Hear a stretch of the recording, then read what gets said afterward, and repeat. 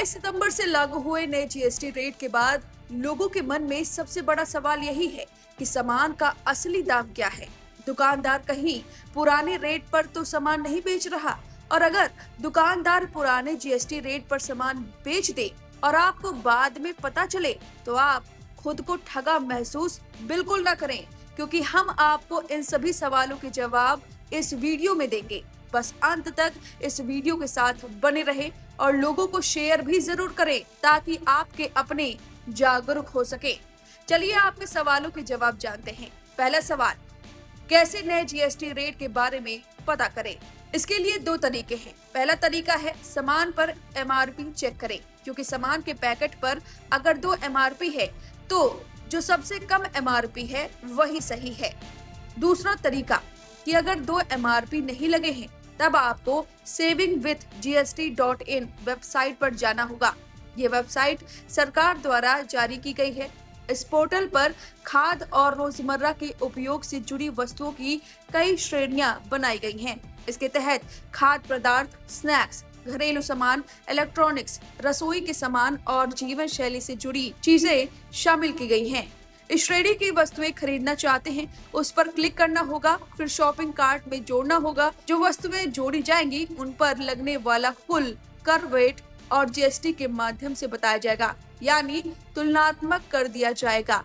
नई जीएसटी प्रणाली में कितनी बचत होगी इसका भी ब्यौरा दिखेगा।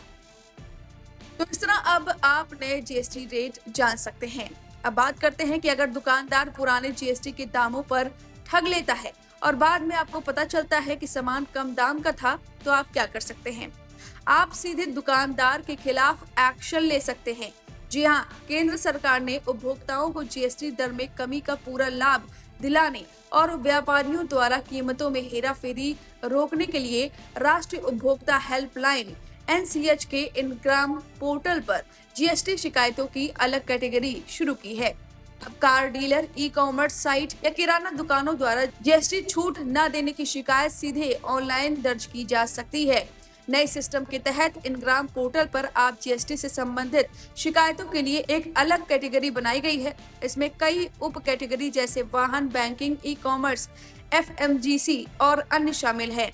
इसका मतलब है कि अगर कार डीलर ने जीएसटी छूट का लाभ नहीं दिया, ऑनलाइन शॉपिंग साइट ने कीमतें कम नहीं की या किराना दुकान ने पैकेज्ड सामान पर पुराने दाम वसूले, तो उपभोक्ता सीधे इस पोर्टल पर शिकायत दर्ज करा सकता है।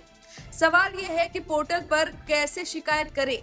तो सबसे पहले NCH की वेबसाइट जो आपके स्क्रीन पर दिखाई दे रही है और हम इसे डिस्क्रिप्शन बॉक्स पे भी आपके लिए देंगे। आप consumerhelpline.government.in पर जाएं और फिर पोर्टल पर उपभोक्ता के रूप में रजिस्टर करें। आपको अपने मोबाइल नंबर पर एक वन टाइम पासवर्ड OTP मिलेगा। अपना मोबाइल नंबर और OTP दर्ज करके पोर्टल पर लॉगिन करें। लॉगिन करने के बाद शिकायत श्रेणी, उप श्रेणी का चयन करें।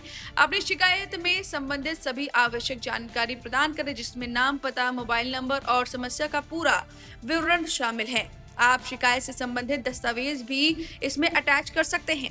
सभी विवरण भरने के बाद फॉर्म को सबमिट कर दें और इसके अलावा आप कंज्यूमर हेल्पलाइन पर सीधे शिकायत दर्ज करा सकते हैं। यह हेल्पलाइन नंबर आपके स्क्रीन पर दी गई हुई है, 8800001915। इस पर आप मैसेज या व्हाट्सएप कर सकते हैं और अपनी शिकायत दर्ज करवा सकते हैं। वही राष्ट्रीय उपभोक्ता हेल्पलाइन नंबर 1915 पर भी शिकायत कर सकते हैं। साथ ही 1800114000 पर भी शिकायत दर्ज करवाई जा सकती है। नेशनल कंज्यूमर हेल्पलाइन या उमंग ऐप पर भी आप शिकायत दर्ज करवा सकते हैं। तो ये सभी जवाब हैं आपके सवालों के। इस वीडियो पर आपकी जो भी राय है हमें कमेंट करके जरूर बताएं।